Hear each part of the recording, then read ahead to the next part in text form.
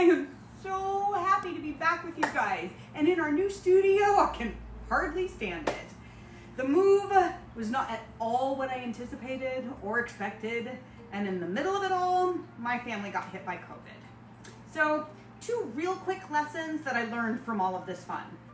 Number 1, buying in bulk, which on the surface can seem like a smart idea, has hidden costs. Like, if you buy something in bulk and there's no way all of it will ever be used by your family, you're just creating enormous amounts of waste, not value. And waste has consequences, no matter which way you look at it. And secondly, as supply shortages in every industry all over the world become more common, we are simply going to have to learn to live without whatever we want, whenever we want it.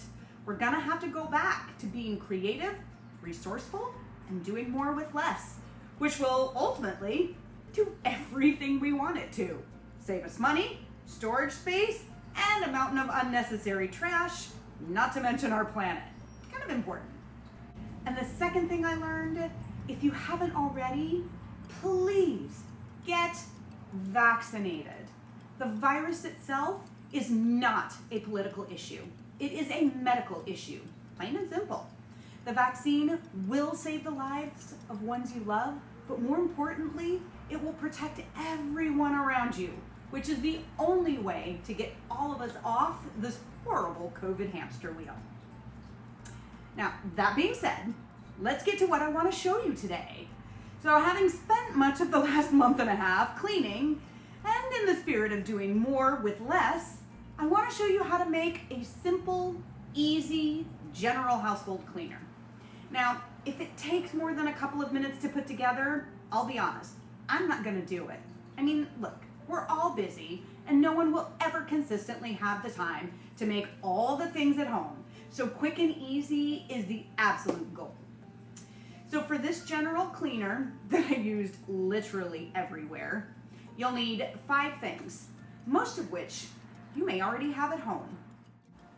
You'll need vinegar, water, a mild dish or hand soap, essential oils, and a spray bottle. All right, first we're gonna add 1 cup vinegar.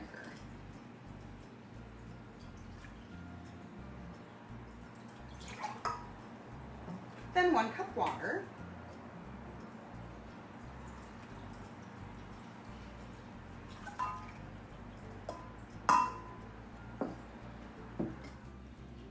Next, we'll add just a couple of squirts of just a mild dish soap or a mild hand soap.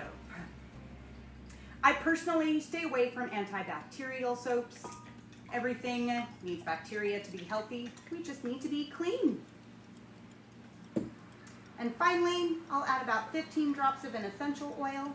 I like lavender to balance the smell of the vinegar, which dissipates super quick.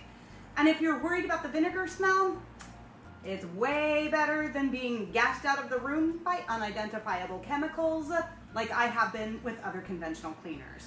I mean, how many times have you used like a bathroom cleaner, then had to leave the room to let it air out before actually cleaning it? I'll bet most of you have had this happen. All right, a little swirl action to mix it up a bit, and we'll just pour it into our spray bottle here.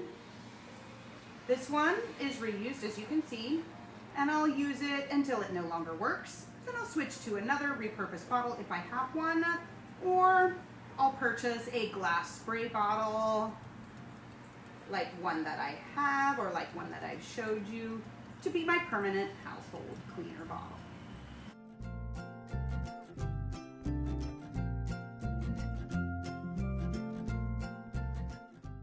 There you go. One quick little mixologist note here. Several recipes I found online said to mix white wine vinegar and hydrogen peroxide. Don't. According to multiple websites, this combo makes something called a parasitic acid, which is a corrosive acid that's harmful to your eyes, your skin, your throat, your lungs, and your nose.